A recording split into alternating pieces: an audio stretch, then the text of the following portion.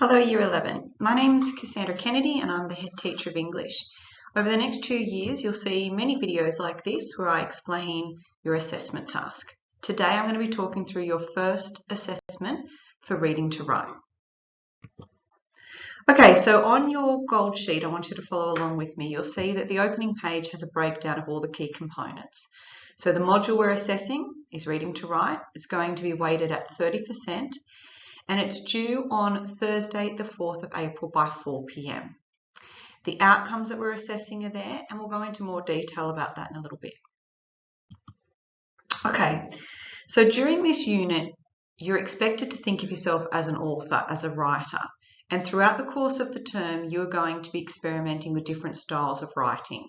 Analytical, like essays, imaginative, narrative sort of form, the discursive and the persuasive. The idea is that you're perfecting skills across all 4 types of writing.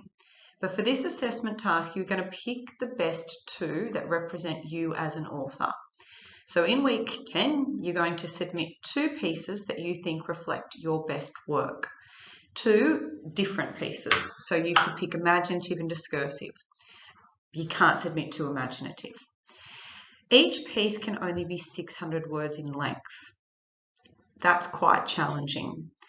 Now, the theory of that is we want you to pick every word carefully. Learn to craft your pieces for meaning and effect. So it needs to be carefully planned and learning that skill in brevity. We do have in all English assignments, unless otherwise stated, a 10% rule. So you can go 10% over or 10% under to give you a little bit of flexibility. Okay, let's look at the options. Okay, so you can see that the 4 options are listed on your page and also on the screen.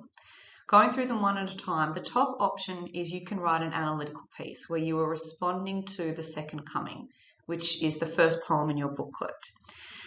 You'll answer this basic essay question, analyse how the second coming draws on old traditions to spark new ideas. When we say make detailed reference to the poem, that is evidence analysis. That form should be pretty comfortable and familiar to you because you've been writing analytical essays for a long time now. If you choose to do the imaginative piece, again, you'll notice that each style is linked to a text that you've studied. So this one is linked to The Ones Who Walk Away from Omelas. You'll do this in class. The idea is you should be inspired by that piece, the style, the form, even the way it's composed and crafted. And I want you to write your own piece of imaginative fiction that addresses the conflict between the ideas of utopia and dystopia. Now note that 600 words is not a long time. So we are giving you a little bit of flexibility about whether it's like a vignette, that's the word we use, like a small moment in time that you're capturing that tension. It cannot be what would take a 2-hour film. It's got to be short and fit in the 600 words. Your third option is discursive. Now that might be foreign to some of you, but you'll get familiar with it as you go through the unit. In that case, you'll be referring to Zadie Smith or be inspired by Zadie Smith. I've asked you to write an elegy that's addressing a topic of personal interest. Anything you want. Except we don't want you to write about climate change because that's what Zadie Smith wrote about. So you'll notice that we're trying to give you a lot of choice and a lot of opportunity to express your own ideas. If you choose the discursive, I've listed 3 little quotes from Zadie's piece that we'd like you to pick one to use as a recurring motif. If you choose persuasive, you're going to be inspired by Stan Grant and his speech that you'll do in class. If you pick option 4, we're asking you to write a speech. So write in that text type, the speech form. And again, we want you to pick one of these 3 options. So if you are doing a speech, it can be on any topic you want, but the idea is that you're going to try to persuade the listener to agree with your point of view. And by doing that, we want you to use one of those 3 devices I've listed. So a historical allusion, intertextuality, or an imperative voice. There is an opportunity for you to get feedback. Now, throughout the unit, you're going to be doing a lot of work in class. Your teacher will be helping you and you can ask questions throughout the unit.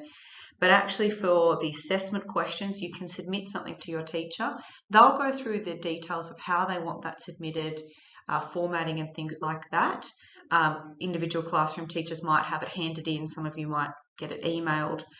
But regardless, you're invited to do that if you want to get feedback. The deadline's the 21st of March. Okay, so formatting. First of all, we need it always to be in Google Doc or Microsoft Word format. We want it 12-point font so it's nice and easy for us to read. From now forward, you will not use your name. You're going to be using your NESA number, and we want you to include the word count.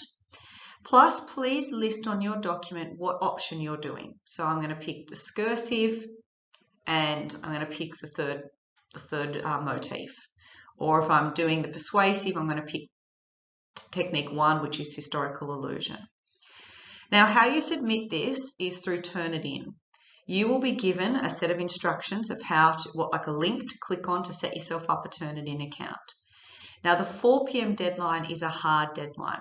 The actual submission port closes at 4. You need to be really organised. Sometimes it takes a while to load, so don't leave it to 3:58. You'll miss it. Failure to submit on time can result in a 0 mark. Technology issues are also, now that you're in stage 6, not a cause for misadventure. Now, your teacher can talk you through things about what that means for misadventure and so forth, but you also have any questions, you can come and see me. Let's have a look now at the marking criteria. Okay, so it's going to be marked out of 20. You will actually get one of these for each piece that you submit. So therefore, you're getting feedback on whether your imaginative was better than your discursive, or vice versa. You'll see that we're assessing 3 dot points, 3 skills. The first is your ability to compose an engaging, insightful, perceptive portfolio of writing. So you're aware of your audience. You're aware of your audience, that you are engaging your audience. Think about that craft. I mean, this is designed to prepare you for Year 12 craft of writing. How much are you hooking us? How much are you engaging us? Outcome 2 is about your language and how skillfully you've crafted your response to the set question. So there's 2 components really that. Your skillful crafting, so that's really that you've given thought into how your piece of writing has been composed, what techniques you've used, what variety of language devices, the tone, the style, the structure, but also how well you've used those devices to answer the question before you. Lastly, in English, the third outcome always stays pretty much the same, and that is your control of expression. So your vocabulary, your syntax, your control of spelling, how polished it is. A lot of the time that can be fixed up with just basic editing. All right, so you'll notice that the skills stay the same, but the descriptors for the bands move between A, B, C, D, E. If you have any questions about that, please go have a chat to your teacher. Otherwise, you can come and see me. Okay, so hopefully you've got a lot of options and choice and the opportunity to really express yourself as a writer. Please work hard, good luck, and have fun with this. Think of yourself as a writer, experiment, be brave, have conversations with your teacher, pass your work on to other people to get second feedback, and good luck, Year 11.